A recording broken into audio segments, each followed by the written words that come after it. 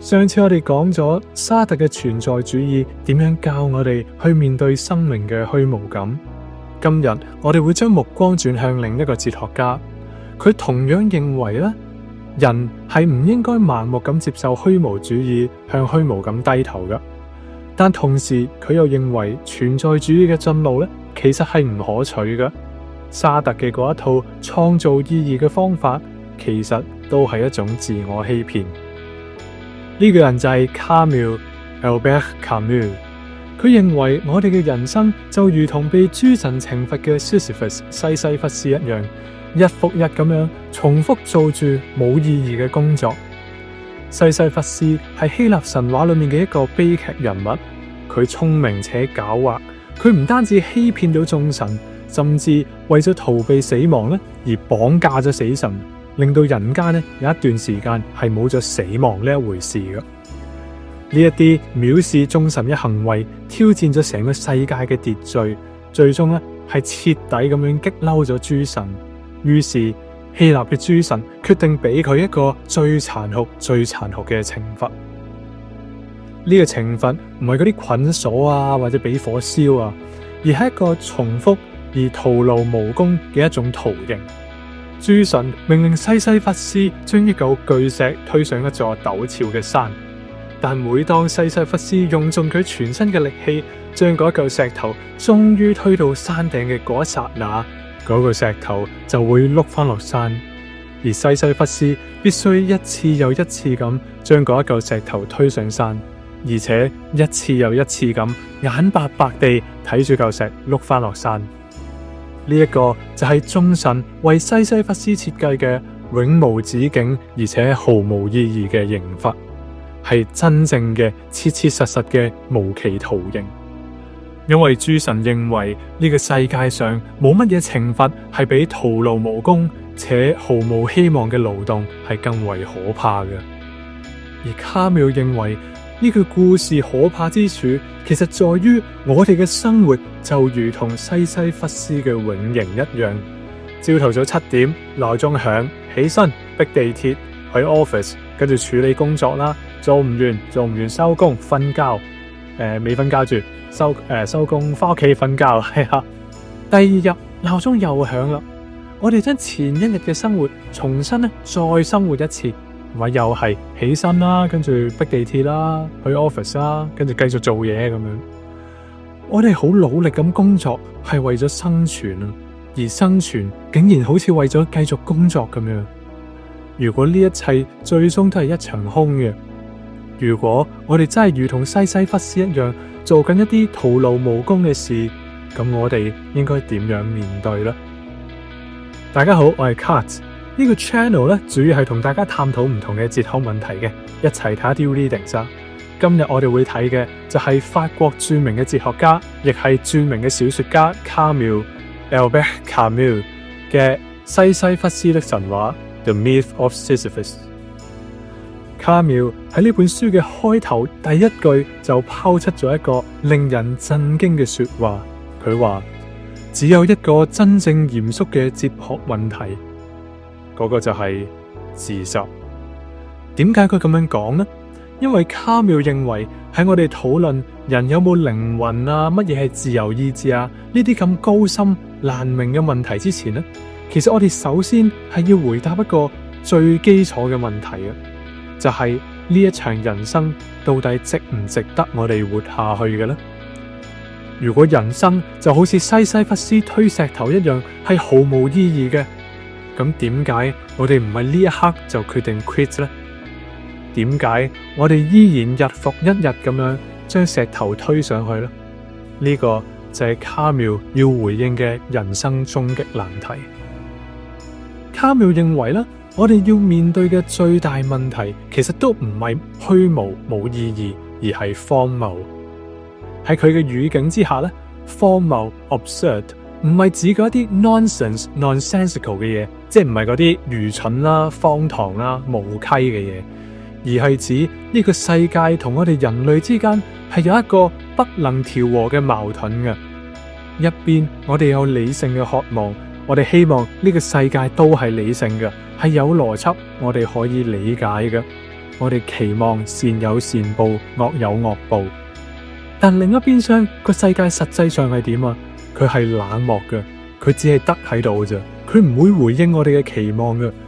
喺卡繆嘅眼中，呢個世界永遠都保持住一種不合理嘅沉默 ，the unreasonable silence of the road。我哋可以咁樣諗：如果你同一個1歲嘅細路講嘢，然後佢同你咧，基本上都係講一啲文理不通嘅說話，即係一啲 gibberish 啊，可能巴哩巴巴咕嚕嘎基咁樣。咁你唔會嬲啊，你唔會失望啊，甚至咧你唔會有任何嘅負面情感啊，因為你從來都唔期望你會同佢開始一場有意義嘅討論。所以其實問題唔係真係在於個世界冇意義，而係呢個世界喺冇意義嘅同時，我哋嘅心裏面又期望佢有意義。當渴望意義嘅人遇到呢一個毫無意義嘅世界，呢一個巨大嘅矛盾就係卡繆所講嘅荒謬啦。面對住呢一個荒謬嘅處境，我哋應該點樣做呢？呢一個呢，就係卡繆同埋沙特產生意見分歧嘅地方。卡繆話面對住荒謬呢，人通常係有2種逃避嘅方式嘅，一種係肉體上嘅逃離。既然人生係冇意義嘅，咁我咪唔玩咯，我咪 quit 咯。卡繆咧，佢反對呢一個做法，因為咁樣只不過係逃避緊嘅問題，而唔係嘗試去面對個問題。咁樣即係承認荒謬贏咗。而第二種咧，佢稱為哲學上嘅逃離。卡繆所指嘅，其實正正就係嗰啲好似沙特咁嘅存在主義哲學家啦。沙特話拒絕上帝嘅存在，就為我哋換嚟自由啊，以至於我哋可以創造屬於自己嘅意義。喺卡繆眼中，呢樣嘢其實都不過係一種自欺欺人嚟嘅啫。沙特佢欣然咁接受上帝已死，但係佢隨即又做咗一個新嘅偶像，就係自我創造嘅意義，並且試圖用呢一種發明出嚟嘅意義去填補嗰一個荒謬嘅空洞。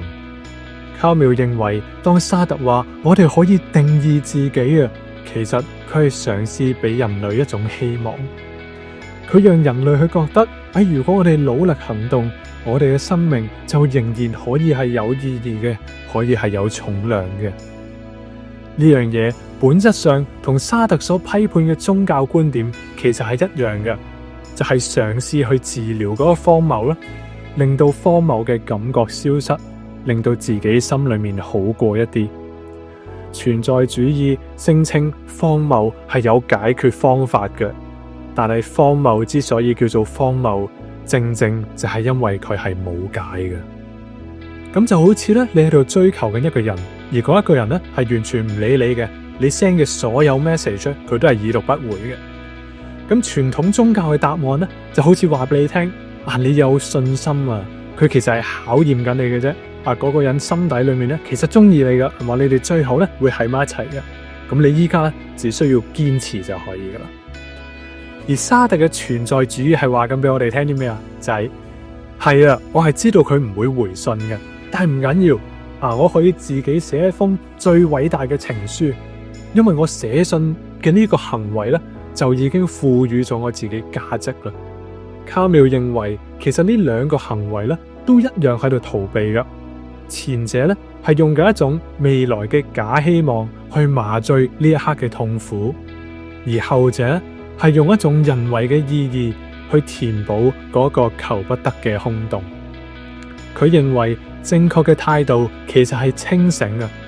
我哋要認知，醒下啦，人哋唔中意你就係唔中意你噶啦，你唔好幻想有一日佢會回信啦，亦都唔好呃自己，你自己寫嗰啲信有咩咁偉大啊！接受呢個事實啦，你就係喜歡咗一個佢唔喜歡你嘅人咯。呢件事係冇得解決嘅。咁但係認清呢一切之後，我哋又可以做啲乜嘢呢？我哋能夠用啲乜嘢嚟回應荒謬呢？卡繆俾出嘅答案係3個詞語：反抗 revolt、自由 freedom 同埋熱情 passion。讓我哋翻返去西西弗斯嘅故事啊！西西弗斯嘅罪就係在於佢對於諸神嘅大不敬，所以諸神之所以設計呢個懲罰，目的其實係想要佢向神明屈服啊。而作為一個絕頂聰明嘅人，西西弗斯可以點樣反抗諸神嘅懲罰呢？卡繆關注嘅唔係嗰個推緊石頭嘅西西弗斯，而係嗰一個望住石頭碌落山，但仍然落山再推石頭嘅西西弗斯。到底點解佢唔放棄呢？正正係因為佢要反抗諸神所定嘅命運，拒絕向諸神投降。卡繆話，並沒有一種命運係不能被蔑視戰勝嘅。望住嗰一塊碌落山嘅巨石，卡繆想象西西弗斯心裏面諗緊嘅，並唔係唉，好慘啊，點解諸神要咁樣懲罰我啊？因為如果佢咁樣做，呢個就係石頭嘅勝利啦。相反，西西弗斯嘅諗法應該係，我知道諸神嘅懲罰係荒謬嘅，但我選擇接受佢，擁抱佢。石頭依然係會碌落去嘅，但係我都依然會將佢推上嚟。我會以舉起巨石展示我對諸神嘅蔑視，我會用我嘅堅持去羞辱呢一個世界嘅冷漠。喺呢個時候，聰明絕頂嘅西西弗斯就勝過咗巨石，勝過咗諸神啦。佢冇辦法改變命運，石頭仍然係要推嘅，但佢改變咗對命運嘅態度。佢既冇屈服，亦都冇逃遁。卡繆認為呢一種義無反顧嘅反抗係高貴嘅，佢令到西西弗斯唔再係一個受害者，而係一個主宰者。佢主宰住巨石，亦都主宰住自己。卡繆認為反抗荒謬嘅最有力方式就係去擁抱生命嘅荒謬，而正正當我哋擁抱荒謬嘅時候，我哋就認識自由啦。點解卡繆會咁樣講嘅呢？係因為佢認為希望係自由嘅敵人，被剝奪咗希望，人反而會變得自由。我哋可以諗下，平時指導我哋點樣生活嘅到底係啲咩呢？通常咧都係對未來生活嘅希望或者期望啦。假如你一間公司嘅員工，你就希望升職啦，你希望加人工啦，咁你會點做啊？你就會擦你老細鞋啦，係嘛？你一定要 OT 啦，你一定要遵守嗰啲職場上面可能你唔太中意嘅規矩啦。你對於未來嘅希望就綁架咗你呢一刻嘅決定啦。但如果你咁唔好彩啊 touch wood 俾人通知你聽日咧就冇得撈啦，甚至再極端啲，可能有個醫生過嚟同你講，唔好意思啊，你得返半年命啫。喺嗰個瞬間咧，你對未來就再冇希望啦。但係呢一種絕望咧，亦都令你得到自由。你再唔需要去擦你老細鞋啦，你亦都唔需要為咗退休金去儲錢啦。你可以講任何你想講嘅嘢，你去愛你任何你想愛嘅人，做你想做嘅事。正正因為冇咗明天，你終於可以100%咁完全地擁有今天。當我哋接受咗自己生命嘅荒謬，接受咗石頭係永遠都推唔完嘅時候，我哋就從成功嘅焦慮裏面解放出嚟啦。我哋唔再需要去問點樣先可以活出一個精彩嘅人生呢，而係可以專注喺此時此刻，諗下我哋呢一刻到底想做啲乜嘢。喺一個荒謬嘅世界裏面，我哋冇乜嘢標準去教我哋點樣生活嘅。如果有嘅話，咁嗰樣嘢一定係對生命嘅熱情。卡繆想象西西弗斯係熱愛生命嘅，佢想象西西弗斯疲乏嘅身軀用盡全力咁舉起石頭，支撐住佢嘅巨石，面貼面咁樣感受嗰嚿石頭，用雙臂穩穩咁抱住呢一塊巨石，一次又一次咁將佢推上山坡。呢一種努力就說明咗佢對生命嘅熱愛。我哋甚至可以想象西西弗斯正用心咁感受每一秒嘅沉重，肌肉嘅繃緊，落喺身上嘅陽光同埋風。當我哋熱愛生命嘅時候，無論生命再荒謬，都不再係懲罰啦。所以卡繆喺最後係咁樣寫嘅：推石頭上山呢一場搏鬥，本身就足以填滿一個人嘅心。我哋必須想象西西弗斯係快樂嘅。同樣面對世界嘅虛無，沙特同卡繆俾我哋好唔同嘅答案。沙特望住人生嘅方圓，佢話呢個係一張白紙嚟啦，我哋可以努力咁喺上面畫畫，我哋可以創造自己嘅意義，而呢一個係我哋嘅責任。卡繆都同樣地望住呢一片方圓，不過佢嘅回答係：嗰一張終究係冇乜嘢價值嘅廢紙嚟嘅。我並唔期望自己能夠畫出一啲有價值嘅嘢，我只係希望我畫嘅時候我係快樂嘅，我只係希望我能夠畫得盡興。存在主義教我哋嘅係一種存在嘅責任，要我哋去創造意義；而荒謬主義就俾咗我哋一種義無反顧嘅熱情，叫我哋去熱愛生命。如果你都覺得生活有時真係好攰，覺得自己好似喺度推緊石頭，卡繆會話俾你聽，唔緊要嘅，本來就冇乜嘢意義。你唔需要為咗更好嘅明天而活，亦都唔需要為咗證明自己而活。你絕對可以只為呢一刻喺窗外嘅陽光，或者你喺你手中嘅嗰杯咖啡，甚至為着你依家睇緊嘅呢一條片而活。接受石頭終究會碌落山嘅事實，然後帶住一種輕蔑嘅微笑，緩慢地走返落山。希望我哋都係快樂且自由嘅。感謝大家今日同我一齊讀 Albert Camus。如果你中意呢一集嘅內容呢，希望你可以 like 咗呢條片，訂閱呢個 channel， 亦都歡迎你將呢一條片 share 俾你身邊嗰啲可能對呢個 topic 有興趣嘅朋友。同時亦都歡迎你留言話俾我聽，你對於呢一種日復日嘅生活有乜嘢睇法？